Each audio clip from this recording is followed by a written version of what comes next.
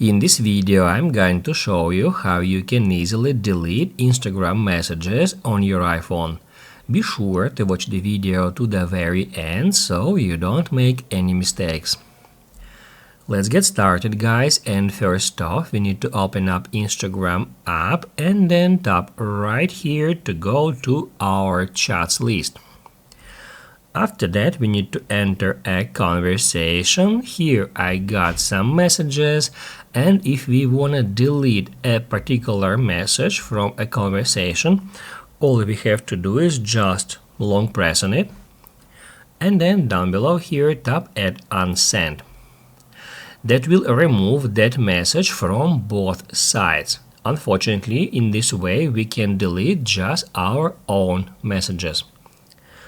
However, guys, if you would like to delete the entire conversation, all you have to do is just swipe to the left on the conversation you would like to delete and then hit Add Delete. And then to confirm permanently deletion, hit Add Delete one more time.